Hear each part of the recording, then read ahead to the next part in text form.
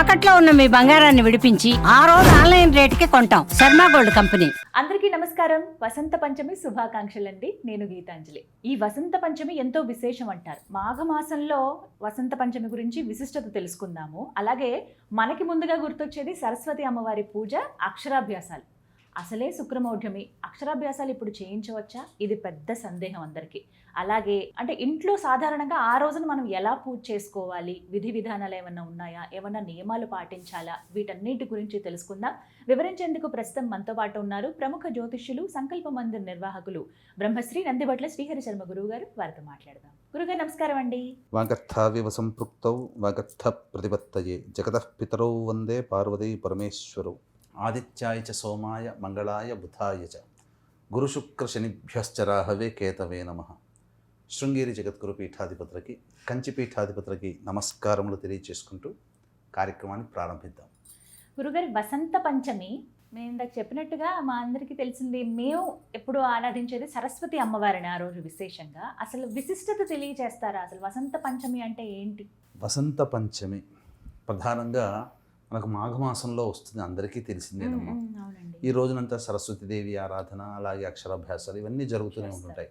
మరి వసంత మాసం రాకుండానే వసంత పంచమి ఎలా అయింది? అదే ఎలా అయ్యింది? అంటే వసంతుడికి మన్మధుడికి ఉన్నటువంటి స్నేహ బాంధవ్యాలు, ఈ కారణం చేత మాఘమాసంలో వచ్చే పంచమిని వసంత పంచమి అని అంటారు. అంతేకాకుండా మనకు యుగ యుగాలుగా పూర్వకాలంలో అసలు ఉగాది వసంత పంచమి నుంచి ప్రారంభమైంది. వసంత ఋతువు ఈ వసంత పంచమి నుంచి ప్రారంభమైంది. కాలక్రమేణా అది మనకు వసంత ఋతువు మనకు ఈ చైత్రమాసం నుంచి ప్రారంభమయ్యేటట్టుగా ఉంది. అంటే ఈ ఋతువు మారిన పేరు మారలేదు చూడండి, అది కారణం. ఇదే కారణంగా ఉండేది. అంతేకాకుండా వసంతం వస్తుంది ఈ పంచమి తిథి నుంచి అని చెప్పి, అంటే వసంతం అంటే ఏంటి మనకు అర్థము, కంటికి ఇంపుగా ఆనందంగా కనిపించేది వసంతం అవుతుంది. ఇప్పుడు మన జీవితంలో వెలుగులు వచ్చాయి అని చెప్పుకుంటాం కదా, మన జీవితంలో నా జీవితంలో వసంతం రాబోతుందిరా అని, నవ వసంతాలు ఈ వసంతం అంటే ఆనందంగా ఉండేటువంటిది అని. అంటే ప్రకృతి అంతా ఈ రోజు నుంచి, అంటే చలికాలము ఈ శిశిర ఋతువులో, హేమంత ఋతువుల్లో ఉండేటువంటి చలికాలం అంతా ఉంది కదమ్మా. ఈ చలికాలంలో ఆకులన్నీ రాలిపోతాయి, కాండములు మాత్రమే మిగులుతాయి. ఈ వసంత పంచమి నుంచి చిగురిస్తుంది, గ్రీనరీగా మారి చైత్ర మాసానికల్లా నిండుగా ఫలాలిచ్చే విధంగా ఈ వృక్షజాతి పెంపొందుతుంది. అంతేకాకుండా మనకు ఈ సృష్టిలో వృక్షజాతి త్వరగా పెరిగేటువంటిది. ఈ వృక్షజాతి పెరుగుతున్నట్టుగానే మానవ జీవితం కూడా పెరుగుతుంది అనేటువంటి యొక్క ఉద్దేశ్యం. ఈ వసంత పంచమి మనకు జనవరి 23వ తారీఖు రోజున వచ్చింది.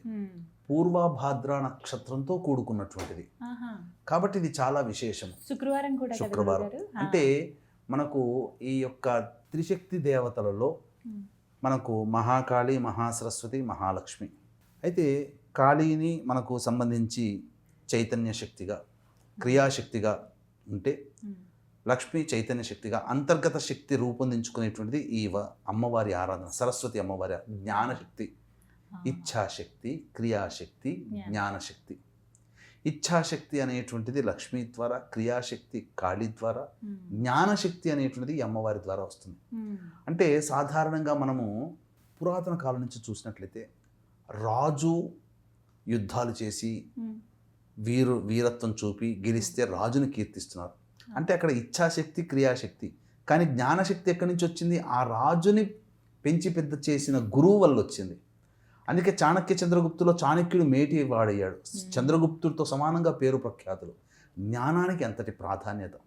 ఇప్పుడు మనము ఎవరైనా కానీ అమ్మ ప్రపంచంలో చూసుకున్నట్లయితే ఒక పని కావాలి, మనం బయటికి వెళ్ళి 1 కిలో టమాటాలు కొనుక్కొని రావాలి అని పంపిస్తే మనం కిలో టమాటాలు చూచి కొనుక్కొని వస్తాం. అంటే జ్ఞానం ఉందిగా మనకు, కిలో కావాలి అని. మనం ఏం రోబోలు కాదు కదా. ఈరోజు రోబోలకే మనం జ్ఞానాన్ని ఇస్తున్నాం, అన్నీ అవే పనులు చేసేస్తున్నాయి, ఆపరేషన్లు కూడా చేస్తున్నాయి. అంటే మనుషులకి కూడా జ్ఞానం అనేటువంటిది అవసరమైంది ఈ రోజుల్లో. ప్రతి వ్యక్తికి కూడా జ్ఞానం కావాలి. ఇదేదో వసంత పంచమి కేవలం పిల్లలకి చదువుకోవడానికి, పిల్లల విద్యా బుద్ధుల కోసం కాదమ్మా. ప్రతి మానవుడికి ఈ జ్ఞానశక్తి కావాలి. ఏ పని ఎందుకు చేస్తున్నాం, ఏ పని ఎప్పుడు చేయాలి, ఎలా చేయాలి, ఏ విధంగా చేయాలి, ఎప్పుడు ప్రారంభించాలి, ఎప్పుడు ముగించాలి, సమస్యలు వస్తే ఎలా ఎదుర్కోవాలి, ఇవన్నీ జ్ఞానమే మనకిస్తుంది. కాబట్టి కేవలం ఇది సరస్వతీదేవి పూజ, నాకు సంబంధం కాదు, పిల్లలకి సంబంధం అని కూర్చోవడానికి లేదు. అందరూ చేయాల్సినటువంటిదే, అందరూ ఆరాధించాల్సిందే. ప్రతి దేవతకి కూడా సౌమ్య రూపము, ఉగ్ర రూపము, తామస రూపం ఉంటుంది. సరస్వతి మనకందరికీ చాలా మటుకు తెలిసినటువంటిది సౌమ్య దేవత. కానీ సరస్వతికి ఉగ్ర రూపం నీల సరస్వతి. సరస్వతి అమ్మవారు కూడా యుద్ధంలో పాల్గొనింది నీల సరస్వతి రూపంలో. అలాగే దశమహావిద్యల్లో సరస్వతి స్వరూపముగా మాతంగి దేవతను కొలుస్తారు, లక్ష్మీ స్వరూపంగా కమలా దేవతను కొలుస్తారు, కమలాత్మిక. మిగతా దేవతలందరూ పార్వతీ అమ్మవారి స్వరూపం, కాళీ స్వరూపం. కాబట్టి ఈ మాతంగి అనేటువంటిది చాలా విశేషం. అమ్మవారి చేతిలో వీణ పట్టుకొని అష్టభుజాలతో వెలిసెల్లుతుంది, రాజశ్యామల. అసలు సరస్వతీదేవి యొక్క అనుగ్రహం కేవలం చదువు కాదమ్మా. ఈ సరస్వతికి మారు రూపాలైనటువంటి మాతంగి, ఉచ్చిష్ట మాతంగి, హసంతి మాతంగి, శుకమాతంగి, వీణా మాతంగి, శారికా మాతంగి, రాజమాతంగి, ఇలా అమ్మవారిని వివిధ రూపాల్లో వివిధ రకాలుగా కొలుస్తూ ఉంటుంటాం. కాబట్టి ఈ సంబంధించినటువంటి మాతంగి దేవతల్ని ఈ సరస్వతి రూపంలోనే మాతంగి దేవతను మనం కొలుస్తాం. అంతేకాకుండా సభ వశీకరణ, జన వశీకరణ, రాజవశీకరణ, ఇవన్నీ సరస్వతీదేవి యొక్క అనుగ్రహం వల్ల కలుగుతుంది. సరస్వతి రూపాలైన మాతంగి ద్వారానే కలుగుతాయి. ఇప్పుడు ఒక జాబ్కి నలుగురు వెళ్ళారనుకోండమ్మా, ఒక్కడిని వరిస్తుంది కదా, ఆ వ్యక్తికి రాజవశీకరణ ఉంటుంది. అందుకే ఆ వ్యక్తి ఇంటర్వ్యూకి వెళ్ళినా ఉద్యోగం సంపాదించుకోగలిగారు. ఇలా ఉంటుందన్నమాట. ఇప్పుడు మీకు జ్ఞానం అనేటువంటిది ఎక్కడ పనిచేస్తుంది తెలుసమ్మా? మీకు బాగా వీక్షించిన ప్రేక్షకులు కూడా అందరికీ అనుభవమే. చదువుకున్న ప్రతి వ్యక్తి, 10th క్లాస్ చదివిన ప్రతి వ్యక్తి అనుభవమే అని చెప్పొచ్చు. ఎగ్జామ్ షీట్ మార్క్స్ ఆన్సర్ ఇస్తారు, OMR షీట్ ఉంటుంది, తెలిసినవన్నీ రాస్తాం, తెలియనివన్నీ మనకు అలా చూసి అడ్డిమారు గుడ్డి దెబ్బలాగా మనకు ఆన్సర్ అదేనేమో అని భావించేస్తాం. ఆ జ్ఞానం సరైన ఆన్సర్ మీద టిక్కు పెట్టడమే మనకు జ్ఞానశక్తి అని చెప్పవచ్చు. అంతేకాకుండా ఈ రోజున అమ్మవారిని ఆరాధన చేస్తే, అంటే ఇప్పుడు మనకు చెప్పదలిచినట్లయితే జ్ఞానం అంటే జ్ఞాపక శక్తి మనకు ఉండదమ్మా. 3 రోజుల కిందట ఎక్కడికి పోయాం, ఏం చేసాం, 2ంటికి ఏం చేసామంటే టక్కున చెప్పగలుగుతామా? చెప్పలేము. కానీ పిల్లలు చక్కగా చెప్తారు. అంటే వాళ్ళల్లో న్యూరాన్స్ యాక్టివేట్ అవుతాయి. ఈ పిల్లలకి ఎందుకు ఈ వసంత పంచమి అంటే, ఆ పంచమి తిథికి ఈ యొక్క మెదడుకి సంబంధం ఉంది ఈ యొక్క మాఘమాసంలో. అందుకని వసంత పంచమి రోజున సరస్వతి ఆరాధన పెట్టడం ద్వారా న్యూరాన్స్ యాక్టివేట్ అవుతాయి. ఈ అమ్మవారిని ఈరోజు పూజ చేయండి అని చెప్తారు. కాబట్టి విధిగా పూజ ఆచరించాలి ఈ వసంత పంచమి రోజున. ముఖ్యంగా సరస్వతి అమ్మవారిని ఇంట్లో చేసుకోవచ్చమ్మా. అయితే ఈ సంబంధించినటువంటి వసంత పంచమి తిథి రోజున ఏదైతే ఉందో, ఆ రోజున అమ్మవారు శ్వేత వస్త్రము ధరించినటువంటిది, శ్వేత వాహనం అంటే హంసవాహనం, ఇవన్నీ ధరించినటువంటి చిత్రపటము కానీ లేదా కలశంలోనైనా కానీ అమ్మవారిని ఆరాధన చేయవచ్చు. ఒక పీట ఏర్పరచుకొని పసుపు రంగు కానీ తెలుపు రంగు కానీ వస్త్రము ఆచ్ఛాదనగా మనకు పీట వేసి దాని మీద చిత్రపటం పెట్టి లేదా కలశం పెట్టి అమ్మవారిని మొట్టమొదటిగా గణపతి పూజ చేసి గణపతి యొక్క అనుగ్రహం తీసుకొని సరస్వతీదేవి యొక్క అష్టోత్తర పూజ విధానంగా, షోడశోపచార విధానంగా పూజ చేయాలమ్మా. తెల్లటి పుష్పాలనే వాడమని చెప్పబడి ఉంది ఈ యొక్క పూజా విధానంలో. ముఖ్యంగా నైవేద్యం పెట్టేటప్పుడు నాగవల్లి అంటే తమలపాకులో సంబంధించినటువంటి నెయ్యి కొంత, అంటే ఒక భాగము, 3 భాగాలు తేనె, 2 కలపకూడదమ్మా. ఒక 40 గ్రాములు తీసుకున్నారంటే 10 గ్రాములు ఆవు నెయ్యి ఉండాలి, 30 గ్రాములు తేనె ఉండాలి. ఇది కలిపినది నైవేద్యంగా పెట్టి పిల్లలు గనక తినిపిస్తే వాక్శక్తి పెరుగుతుంది. అందుకనే ఈ రోజున వీలైతే పిల్లల చేత 27 సార్లు కానీ, 36 సార్లు కానీ, 41 సార్లు కానీ, 54 సార్లు కానీ, 108 సార్లు కానీ ఈ యొక్క మంత్రాన్ని వాళ్ళ పిల్లల చేత జపం చేయించండి.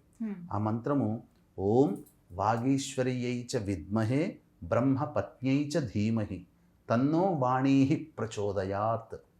ఓం వాగీశ్వర్యై చ విద్మహే బ్రహ్మపత్న్యై చ ధీమహి తన్నో వాణీ ప్రచోదయాత్. ఈ యొక్క మంత్రం, ఈ మంత్రాన్ని మనం చక్కగా ఈ విధంగా పిల్లల చేత జపం చేయించినట్టయితే జ్ఞాపకశక్తి చాలా బాగా పెరుగుతుంది. అంతేకాకుండా ఈ రోజున స్వర్ణప్రాశనం గనక చేసి పిల్లలకు అలవాటు చేస్తే చాలా విశేషం. ఈ రోజు నుంచి మొదలుకొని మాఘ పౌర్ణమి వరకు చేయాలమ్మా. చాలా విశేషం అమ్మా స్వర్ణప్రాశనం అంటే.